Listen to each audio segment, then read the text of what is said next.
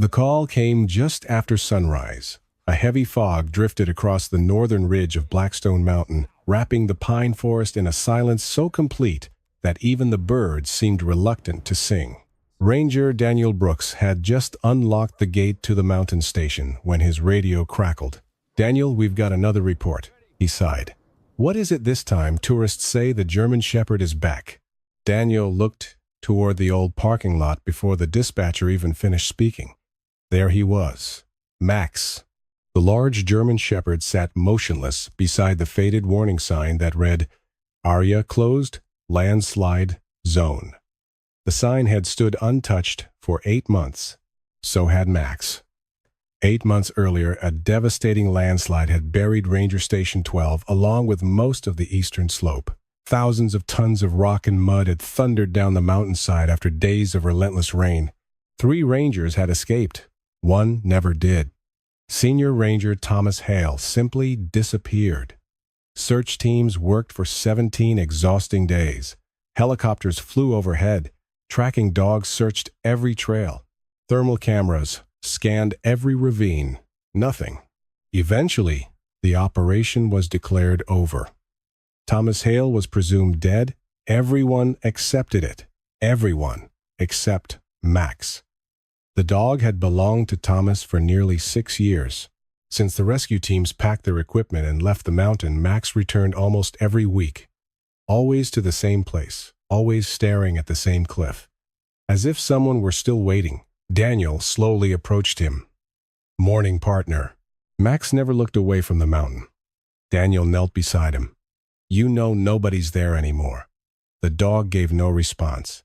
His ears remained pointed toward the rocky slope nearly half a mile away. Daniel gently clipped the leash onto Max's collar. "Come on."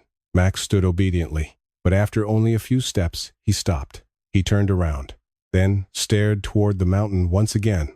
Daniel had seen this dozens of times. Every ranger had. Some joked that Max couldn't let go. Others believed he simply remembered his old patrol route. A few quietly admitted the behavior unsettled them. Animals sometimes sensed things people couldn't. Daniel didn't believe in ghosts. He believed in evidence, and every piece of evidence said the mountain had already surrendered all its secrets, or so everyone thought. That afternoon, a powerful storm rolled across the national park. Rain hammered the forest for hours. Lightning echoed through the valleys. By evening, park headquarters ordered every ranger back to the station. Daniel drove slowly along the muddy mountain road. Max rode silently beside him.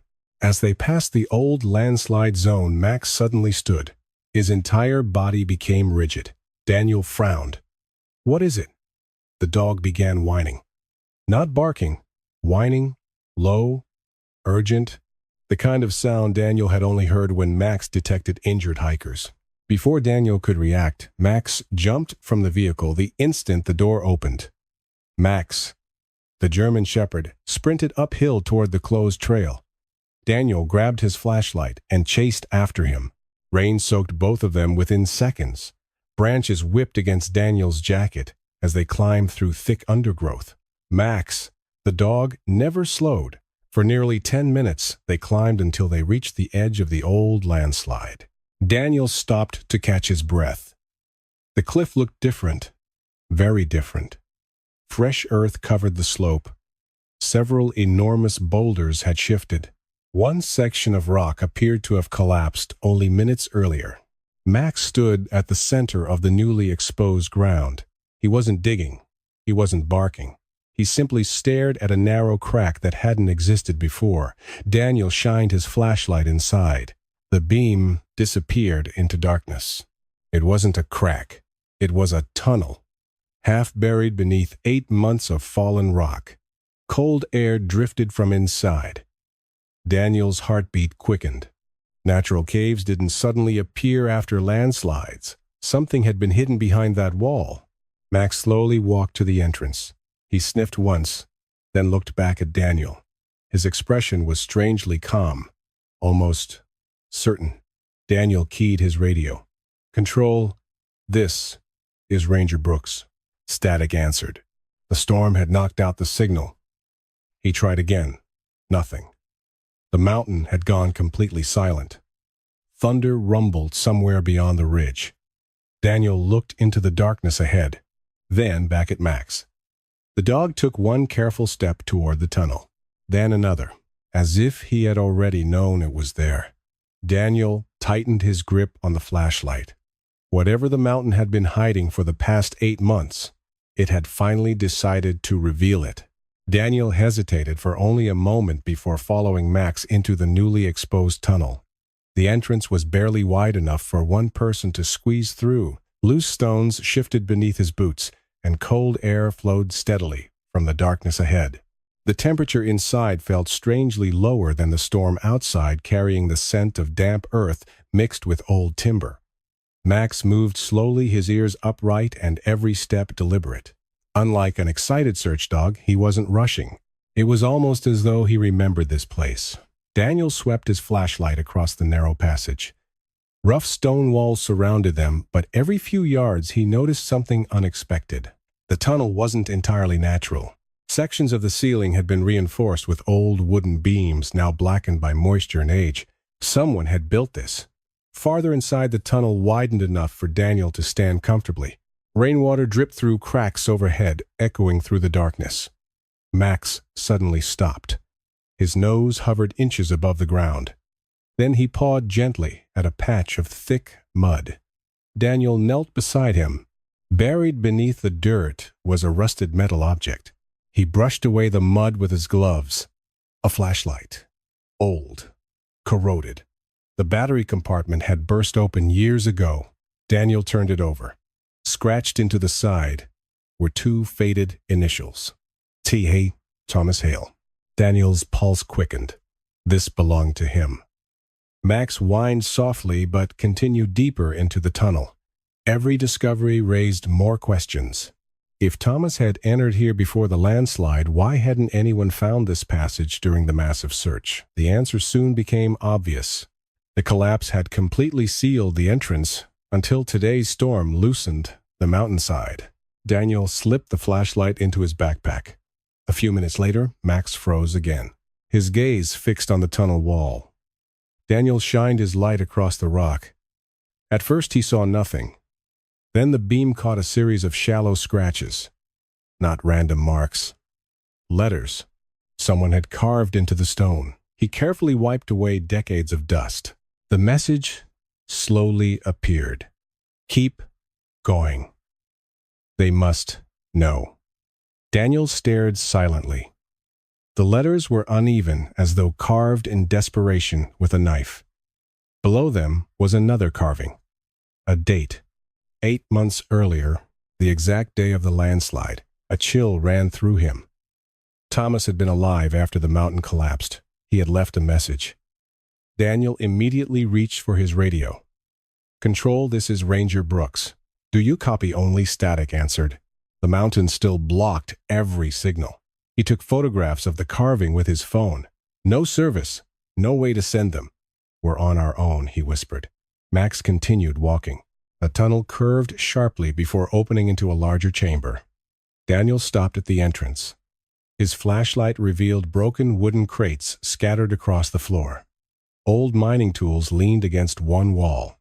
A rusted generator sat beneath a thick layer of dust. This wasn't just a tunnel. It was part of an abandoned mining operation. The park's official maps showed no mine anywhere beneath Blackstone Mountain. Someone had deliberately erased it. Daniel slowly searched the chamber. Near one crate, he found several empty blasting powder containers. Nearby lay coils of heavy detonation wire. His stomach tightened. Illegal explosives. He remembered the official report. Authorities had blamed weeks of rain for destabilizing the slope. But if explosives had been used inside the mountain, the landslide might never have been natural. A faint sound interrupted his thoughts. Tap! Tap! Tap! Daniel spun around. The noise had come from deeper inside the mine. Max heard it too. The German shepherd's ears snapped forward. Neither of them moved. The tapping came again. 3 slow knocks, followed by silence. Daniel's heartbeat thundered inside his chest. 8 months after the disaster.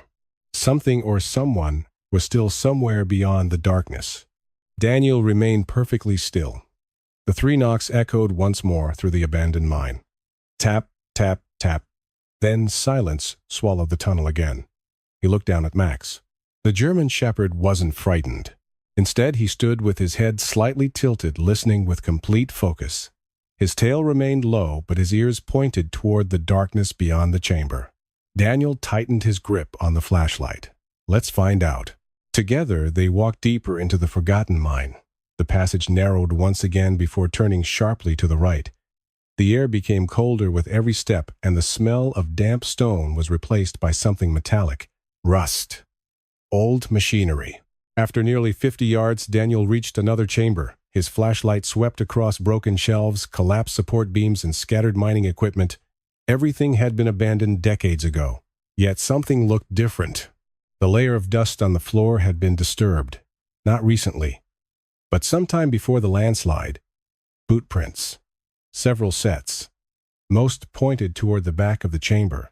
Max followed the tracks until he stopped beside an old steel cabinet that had fallen against the wall. The cabinet blocked what appeared to be a narrow doorway. Daniel pushed against it. It barely moved.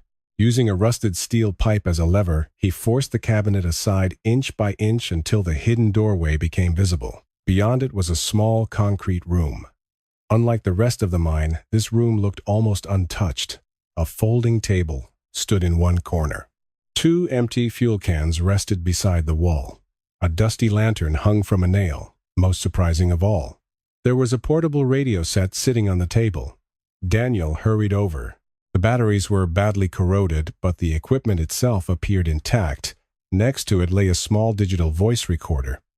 His pulse quickened. Someone had carefully wrapped the recorder inside a waterproof plastic bag. He removed it carefully. The screen remained dark. Please work. He opened the battery compartment. The batteries were dead. Fortunately, his emergency kit carried 2 spare AA batteries. Daniel replaced them and pressed the power button. The tiny screen flickered, then lit up. Max immediately looked toward him. The recorder contained only one audio file, recorded exactly 8 months earlier. Daniel hesitated before pressing play. Static filled the room. Then a tired male voice emerged. If anyone finds this, my name is Thomas Hale. Daniel froze. It was unmistakably the missing ranger. Thomas continued speaking between heavy breaths. The explosion wasn't an accident. Daniel felt every muscle in his body tighten. I caught them placing illegal charges inside the old mine. They were searching for rare mineral deposits hidden beneath Blackstone Mountain. The recording crackled. I reported everything. A long pause followed. They knew. Another burst of static interrupted the message. I tried warning headquarters, but someone cut the radio relay before the blast. Daniel exchanged a stunned glance with Max. Thomas continued. If you're hearing this, don't trust the accident report. His breathing grew weaker. The mountain didn't kill us. They did. The recording ended abruptly. Silence filled the room. Daniel stared at the recorder in disbelief. The official investigation had blamed unstable soil and heavy rain, but Thomas had left direct evidence that someone had deliberately caused the collapse. Max gently nudged Daniel's hand, almost as if reminding him there was still more to discover. Daniel carefully placed the recorder inside his backpack. This changes everything. Before he could say another word, a faint rumble echoed somewhere above them. Dust drifted from the ceiling. Tiny stones bounced across the floor. The mountain groaned. Another section of the old mine was beginning to shift. Daniel looked toward the tunnel entrance, then toward the unexplored passage disappearing into darkness. If Thomas had hidden one recording, there might be even more evidence waiting deeper inside. Max took the first step forward. Without hesitation, Daniel followed. Neither of them noticed the fresh boot print forming in the damp mud behind them. Someone else had just entered the mountain. Daniel froze. Fresh boot prints stretched across the damp floor behind him. They hadn't been there moments earlier. Someone else had entered the mountain. He switched off his flashlight immediately. Darkness swallowed the chamber. Only the distant rumble of rainwater echoed through the tunnels. Max stood perfectly still beside him. The German shepherd's ears rotated toward the entrance, listening far better than any human could. A faint, scraping sound drifted through the passage. Rock against rock. Then slow footsteps. Someone was approaching. Daniel crouched behind a collapsed support beam and quietly drew his service pistol. His heartbeat pounded inside his ears as the footsteps came closer. A flashlight beam suddenly swept across the tunnel outside. Whoever it was moved carefully, not like a lost hiker, like someone searching. The beam paused at the hidden room. Daniel barely breathed. A man's voice echoed through the darkness. "I know somebody came in here." Another voice answered from farther back. The entrance was open. "We find the evidence first." Evidence. Daniel's stomach tightened. They weren't exploring. They had come to destroy whatever Thomas Hale had left behind. The first man stepped into the chamber. He wore muddy hiking boots, dark outdoor clothing, and a construction helmet instead of a ranger's uniform. A pistol rested at his side. His flashlight scanned every corner of the room. It stopped only a few feet from Daniel's hiding place. Max remained unbelievably calm. The dog didn't bark. He didn't move. He simply waited. The man frowned. "The recorder isn't here." His partner entered behind him carrying a canvas backpack. "Someone beat us. We're too late." Daniel recognized one of the faces. Not from the park. From a newspaper article. The man had once owned a mining company that had gone bankrupt years earlier. Officially, the company had abandoned every operation inside Blackstone Mountain. Apparently that wasn't true. The second man kicked an empty fuel can across the floor.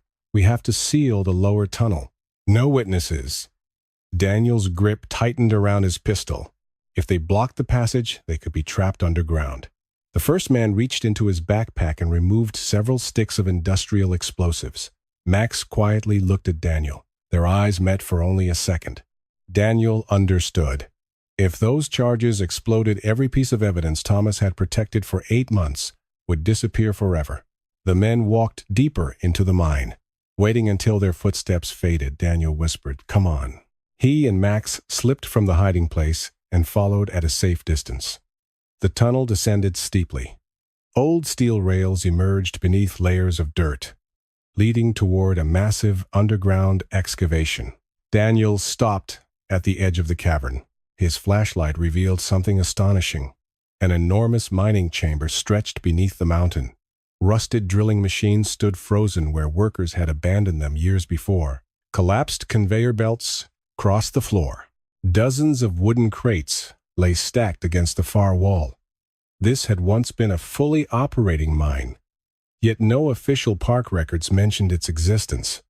Max suddenly trotted toward one of the crates. He scratched twice. Daniel pried the lid open. Inside were dozens of neatly organized folders, sealed inside waterproof containers, engineering maps, mining permits, financial records. Every document carried the same company logo Daniel had seen in the newspaper. The illegal operation had been far larger than anyone imagined. Before he could examine another file, a sharp electronic beep echoed through the cavern. Daniel looked toward the tunnel. One of the traffickers had already attached an explosive charge to a support pillar. A red timer flashed. 5 minutes. The entire underground chamber was about to collapse. Daniel grabbed the folders and looked at Max. "We're getting out." But as they turned toward the exit, bright flashlight beams suddenly surrounded them from 3 different directions. A familiar voice echoed through the darkness. "I was wondering who took the recorder." The armed men stepped forward one by one. There they are. Daniel and Max were trapped deep beneath Blackstone Mountain. Daniel slowly raised one hand, while keeping the other close to his pistol. 3 armed men stepped from the shadows, their flashlights fixed on him and Max.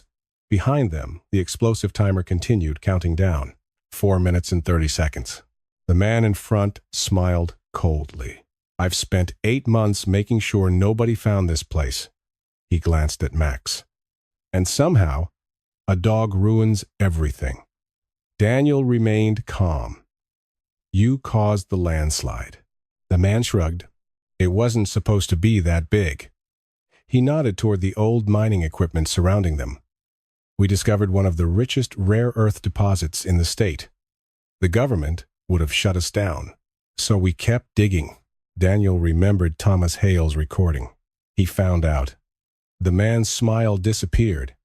He should have minded his own business. For a brief moment, silence filled the cavern. Then Max growled, low, steady.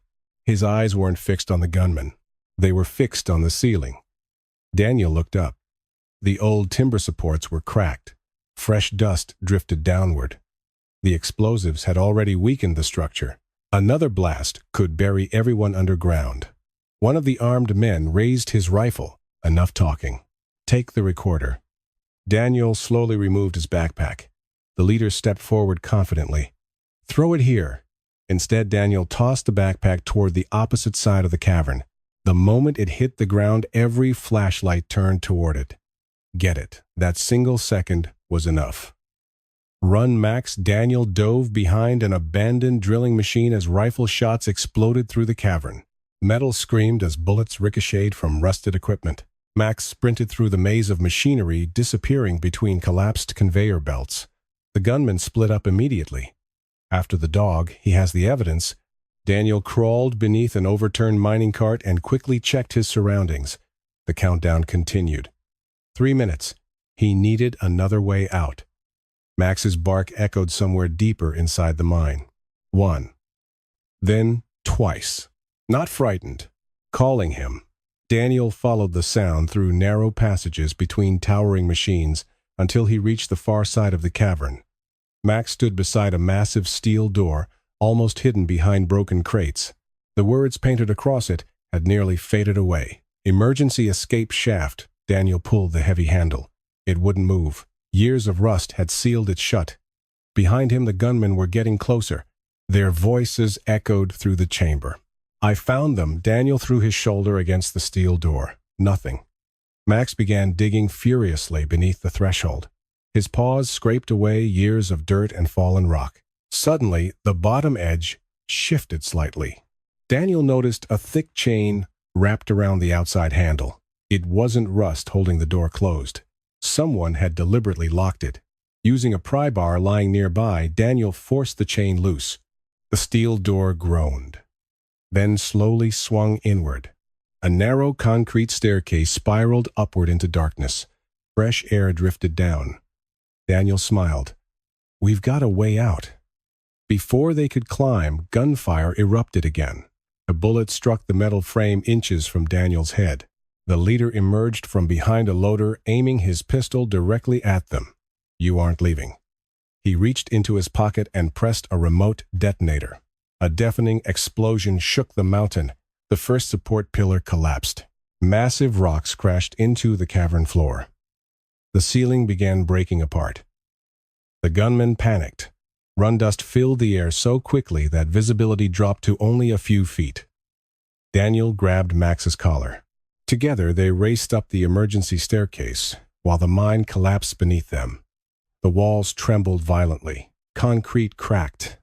Steel beams twisted like paper. Halfway up the stairs, Daniel heard a desperate scream echo from below. One of the criminals had become trapped under falling debris. The others abandoned him without looking back. Another explosion thundered through the tunnel. The staircase lurched beneath Daniel's feet. Chunks of concrete rained from above. Daylight appeared at the top of the shaft. Only 20 more steps remained. Then, just as Daniel reached for the exit hatch, a shadow blocked the opening. Someone was standing outside, and they were pointing a shotgun straight down at him. Daniel froze on the final step. A double-barreled shotgun pointed directly at his chest. The man holding it was in his late 60s, dressed in a faded ranger jacket that looked decades old. His gray beard was soaked from the rain, and his weathered face carried the calm expression of someone who had spent a lifetime in the mountains. Neither of them spoke. Max slowly stepped in front of Daniel. Instead of growling, the German shepherd wagged his tail once. The old man's eyes widened. Max, his voice trembled. You remember me? Daniel lowered his pistol but remained cautious. You know this dog. The stranger slowly lowered the shotgun. I helped train him when he was still a puppy." He stared at Max in disbelief before gently scratching behind the dog's ears. "I never thought I'd see you again." Daniel climbed out of the escape shaft and quickly explained everything. The hidden mine, Thomas Hale's recording, the armed men and the explosives destroying the tunnels below. The old ranger listened without interrupting. When Daniel finished, the man nodded grimly. "My name is Walter Briggs. I retired 12 years ago. I warned the park about illegal mining inside Blackstone Mountain long before the landslide." Daniel frowned. "No one believed you. They said there wasn't enough evidence." Walter looked toward the mountain as another muffled explosion echoed underground. They buried the truth with the mountain. Max suddenly barked toward the forest. Daniel turned. 3 of the armed miners had escaped the collapse. Covered in dust and mud, they stumbled out from another hidden opening nearly 50 yards away. The leader spotted Daniel immediately. There, without hesitation, the men ran toward an old pickup truck hidden among the trees. "They're getting away," Daniel said. Walter shook his head. "Not if we reach the fire road first." He pointed toward a narrow trail winding downhill. "It cuts across the ridge." Daniel and Max sprinted after him. Rain made the rocky path dangerously slippery, but Walter moved with surprising confidence, knowing every turn despite the thick fog. Within minutes, they reached the old fire road. The pickup truck burst through the trees moments later, fishtailing across the muddy surface. Daniel stepped into the middle of the road and drew his pistol. "Stop!" Instead, the driver accelerated. Walter grabbed Daniel's arm. "Move." The truck roared past within inches, spraying mud in every direction. Max chased after it, barking furiously. As the vehicle rounded a sharp bend, Walter pointed toward the cliff ahead. They forgot. Forgot what? The bridge? The old wooden bridge crossing Eagle Gorge had been condemned years earlier. Heavy warning signs blocked both entrances. The fleeing criminals never slowed down. The overloaded pickup hit the bridge at full speed. The first few planks shattered instantly. The rear wheels slipped through the rotting timbers. With a deafening crack, the bridge collapsed beneath the truck. The vehicle plunged into the rocky creek below, rolling twice before coming to rest against a fallen pine tree. The surviving criminals crawled from the wreckage only to find Daniel waiting with his pistol drawn. "It's over." One by one, they dropped their weapons. Far above, the rain finally began to ease. For the first time since entering the mountain, Daniel allowed himself to breathe. Max sat quietly beside him, watching the clouds drift away from the summit. Walter looked toward the scarred mountainside and spoke softly. 8 months ago, the mountain hid the truth. He rested a hand on Max's head. But today, it chose the right dog to reveal it. Within an hour, the quiet mountain was filled with flashing emergency lights. Sheriff's deputies, state investigators, and park officials surrounded the collapsed mine while engineers examined the unstable hillside.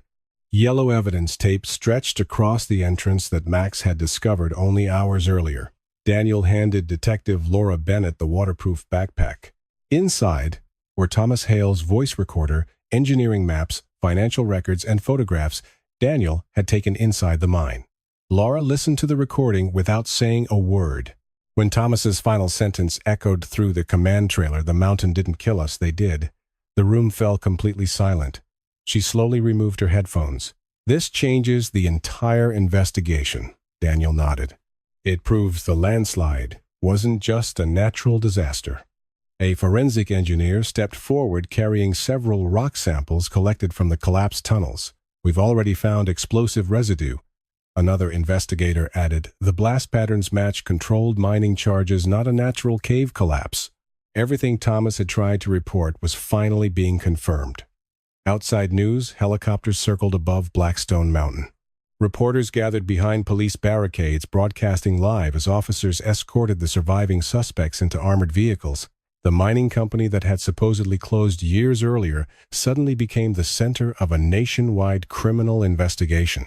Financial records recovered from the underground chamber connected executives, contractors, and corrupt officials across 3 states. What had begun as one missing ranger was becoming one of the largest environmental crime cases in decades. Walter Briggs quietly watched the activity from a distance. Daniel walked over. You knew something wasn't right all those years. Walter smiled sadly. I knew the mountain. He looked toward the scarred ridge. And mountains don't collapse the way they claimed. Max wandered slowly around the command area, greeting exhausted rescue workers who had heard the story of how he found the hidden entrance. One firefighter knelt beside him. So, you're the hero everyone keeps talking about. Max simply wagged his tail. Late that afternoon, recovery crews finally reached the deepest section of the collapsed mine. Their radios crackled. Command, we've found something. Everyone turned toward the transmission. It's a survival shelter. Daniel's heart skipped. Minutes later, investigators carefully carried several weatherproof containers from the tunnel. Inside were Thomas Hale's Ranger Journal, his broken radio family photographs, and a sealed metal box marked with his name. Laura carefully opened the box. On top rested a handwritten letter. The paper was stained but perfectly preserved. She unfolded it carefully. It's addressed to whoever finds this place. Daniel remained silent as Laura began reading aloud. Thomas wrote that if the letter had been discovered, it meant Max had never given up. He thanked anyone who had trusted his loyal companion enough to keep searching. He apologized to his family for the pain they would endure, but said he had no regrets because protecting the mountain had always been worth the risk. Near the bottom of the letter, one sentence brought tears to several investigators' eyes. If Max is still waiting for me, please tell him he was the best partner I ever had. Daniel slowly looked toward the German shepherd. Almost as if he understood every word, Max quietly walked to the sealed metal box. He lowered his head, then gently rested one paw on top of it. No one spoke. Even the reporters watching from beyond the tape lowered their cameras. For a long moment, the mountain was silent again. Not with fear, but with respect. Daniel finally broke the silence. You kept your promise, Max. The old dog looked toward the mountain one last time. For the first time in 8 long months, he no longer seemed to be waiting. The discovery of Thomas Hale's letter spread quickly through Blackstone National Park. By the following morning, investigators had expanded the search across the entire abandoned mine. Every tunnel was carefully mapped, every collapsed chamber photographed, and every surviving document cataloged. Daniel stayed near the command center, answering questions from detectives and federal agents. Max never wandered far from him. The German shepherd seemed calmer than he had been in months, yet every now and then he glanced toward the mountain as though remembering the partner he had lost. Detective Laura Bennett approached carrying Thomas's weathered Ranger Journal. You should read this. Daniel accepted the notebook carefully. Its leather cover was cracked and many pages were stained by moisture, but Thomas's handwriting remained surprisingly clear. Most entries described ordinary patrols, wildlife sightings, trail repairs, and weather reports. Then everything changed. The final week's entries became increasingly urgent. Thomas had noticed unfamiliar trucks entering restricted areas after sunset. He had photographed fresh drilling equipment hidden beneath camouflage tarps. Several times he reported hearing underground explosions that could not be explained by natural rock movement. One sentence caught Daniel's attention immediately. Someone inside the permit office keeps approving fake inspection reports. Daniel looked up. This wasn't only an illegal mining crew. Laura nodded. It appears they had help. Another investigator hurried toward them, carrying a rugged laptop recovered from the underground office. You need to see this. The damaged hard drive had finally been restored. Video files filled the screen. Security footage. The first recordings showed miners secretly moving equipment into the abandoned tunnels months before the disaster. The next clips revealed trucks transporting crates marked as construction supplies, though investigators now knew they contained explosives. Then came the final recording. The date matched the morning of the landslide. Thomas appeared on the screen wearing his Ranger uniform. The camera attached to his chest shook as he hurried through the mine. His breathing was heavy. They've already planted the charges, he whispered. I've warned headquarters, but nobody's answering, the video continued. Thomas reached the emergency radio room. He tried every communication channel. Nothing worked. The relay cables had already been cut. Moments later, several armed men appeared at the far end of the tunnel. Thomas immediately turned and ran. The camera captured only flashes of darkness as he disappeared deeper into the mountain. Then came the explosion. The entire screen filled with dust and falling rocks. The video froze. No one inside the command trailer spoke. Daniel closed his eyes. Thomas had fought until the very last second. Laura quietly shut the laptop. We finally know what happened. Outside reporters continued broadcasting live from the park entrance. Federal investigators officially announced that the landslide was no longer classified as a natural disaster, but as the result of criminal activity. Search warrants were issued across multiple states before sunset. Several executives connected to the mining company were arrested within hours. The corruption that Thomas had tried to expose was beginning to collapse as quickly as the tunnels themselves. As evening settled over Blackstone Mountain, Daniel walked with Max to the old overlook where Thomas used to end every patrol. The clouds slowly drifted apart, revealing the golden light of sunset across the valley. Daniel removed Thomas's ranger badge from an evidence envelope that investigators had allowed him to hold temporarily. He knelt beside Max. "This belonged to your partner."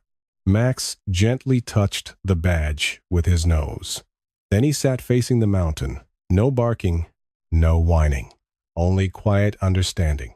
For the first time since the tragedy, Daniel realized Max wasn't searching anymore. He had completed the mission Thomas never had the chance to finish. And somewhere beyond the silent peaks, it almost felt as though the mountain had finally whispered, "Thank you." The weeks that followed transformed Blackstone Mountain forever. Heavy equipment removed unstable rocks from the collapsed mine, while forensic teams documented every remaining piece of evidence. Investigators recovered additional blasting caps, financial ledgers, satellite phones, and hidden storage lockers that confirmed the illegal mining operation had continued for years beneath the protected wilderness. With every new discovery, Thomas Hale's reputation grew stronger. He had not disappeared because of poor judgment. He had sacrificed everything, trying to stop a crime that threatened both the mountain and everyone living around it. The governor officially ordered a complete review of the original investigation. Federal prosecutors announced charges against company executives, corrupt inspectors, and several officials who had accepted bribes to ignore illegal excavation inside the national park. News outlets across the country called Thomas a hero. But whenever reporters visited Blackstone Mountain, one story always captured the most attention: Max, the loyal German shepherd who had returned to the same mountainside week after week for 8 long months. Without him, the hidden tunnel would never have been found. Without him, Thomas's final recording would have remained buried forever. One bright Saturday morning, hundreds of people gathered outside the Blackstone National Park Visitor Center. Park rangers stood in full uniform. Sheriff's deputies lined the entrance. Firefighters, rescue volunteers, local families, and school children filled the courtyard. Daniel arrived with Max walking proudly beside him.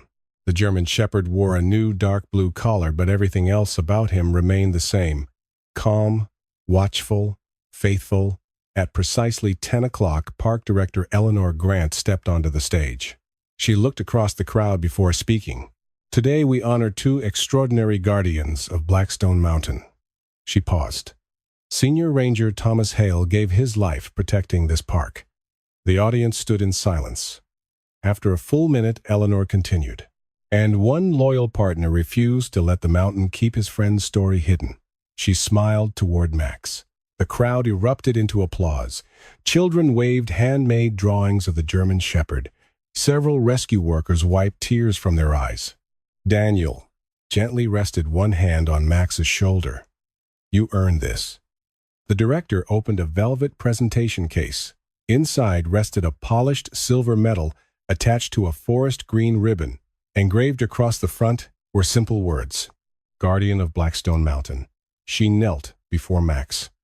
For unwavering loyalty, extraordinary courage, and the determination to reveal the truth, she carefully fastened the medal to his collar.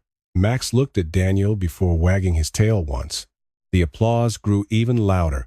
Cameras flashed from every direction. News photographers captured the moment as sunlight reflected from the silver medal. Next came another surprise. A large cloth covering a stone monument was gently removed. Beneath it stood a bronze statue. Thomas Hale appeared in full ranger uniform, kneeling beside Max with one hand resting on the dog's shoulder. Both figures faced the distant mountain ridge where the truth had remained hidden for so long. At the base of the monument, a bronze plaque carried Thomas's final words. "Protect the mountain. Protect the truth." Below that, in smaller letters, another inscription had been added, "Because one loyal dog never stopped believing." Daniel felt a lump rise in his throat. Walter Briggs quietly stepped beside him. Thomas would have loved this. Daniel nodded. He'd probably say, "Max deserved the bigger statue." Walter laughed softly. "So would I."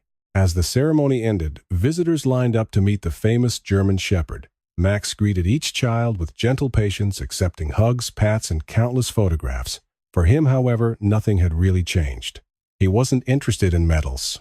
He wasn't interested in cameras. He simply looked toward the mountains one more time. This time, there was no sadness in his eyes. Only peace. For the first time since Thomas disappeared, Blackstone Mountain no longer carried an unfinished promise. The truth had finally come home. Autumn arrived quietly at Blackstone Mountain. The scars left by the landslide were slowly disappearing beneath fresh grass and young pine trees. New hiking trails replaced the dangerous routes that had remained closed for months, while warning signs gave way to memorial plaques honoring those who had protected the park. Life had begun to move forward. Daniel Brooks had returned to his regular patrol schedule, but one thing never changed. Every Friday morning, before checking the trails, he stopped beside the bronze statue of Thomas Hale and Max. He would remove his ranger hat for a moment of silence. Then he and Max continued their patrol together. Visitors quickly became familiar with the loyal German Shepherd. Children recognized him from television reports. Families often asked for photographs. Max accepted the attention politely, though he always seemed happiest when walking through the quiet forest with Daniel. One crisp October afternoon, Daniel led a group of junior park volunteers along the newly reopened Eastern Ridge. The teenagers listened carefully as he explained how illegal mining had nearly destroyed the mountain forever. When they reached the overlook, one of the students asked the question everyone eventually asked, "Officer Brooks, how did Max know where to look after 8 months?" Daniel smiled. "I've thought about that every day." He glanced toward the valley below. "I don't think he knew there was a hidden tunnel." The students waited. "I think he simply trusted the person he loved. He believed Thomas was still asking for help, and he refused to stop listening." The group fell silent. Sometimes the simplest answer carried the greatest truth. As the volunteers continued down the trail, Daniel remained behind with Max for a few moments. A gentle breeze carried the scent of pine across the mountainside. The same mountains that had once echoed with explosions now echoed only with birdsong. Max walked to the edge of the overlook and sat facing the distant ridge where the old mine had once been hidden. Daniel joined him. "Beautiful view," Max answered with a soft wag of his tail. Daniel reached into his backpack and removed Thomas Hale's restored ranger badge. After the investigation had officially closed, Thomas's family had asked that the badge remain at Blackstone National Park as a reminder of his service. Daniel carefully placed it inside the small memorial box beside the trail. "Mission accomplished, partner," he whispered. At that exact moment, sunlight broke through the clouds and illuminated the mountainside where the hidden tunnel had once been buried. Daniel couldn't help but smile. It almost felt like the mountain itself was finally at peace. Months later, the story of Blackstone Mountain became part of every new ranger's training. Not because of the crime, not because of the investigation, but because it reminded every ranger that courage often appeared in unexpected forms. Sometimes it wore a uniform. Sometimes it carried a badge. And sometimes it walked on 4 paws.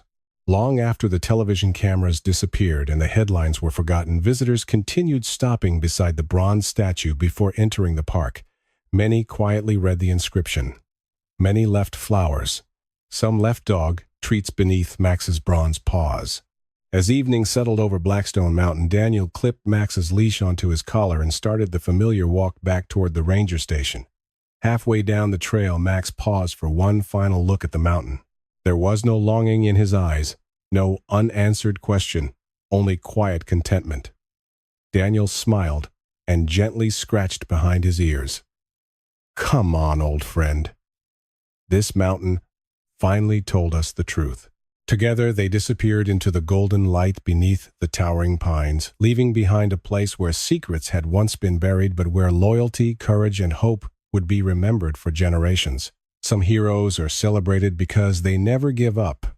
Others are remembered because they teach the world what true devotion looks like. Max became both.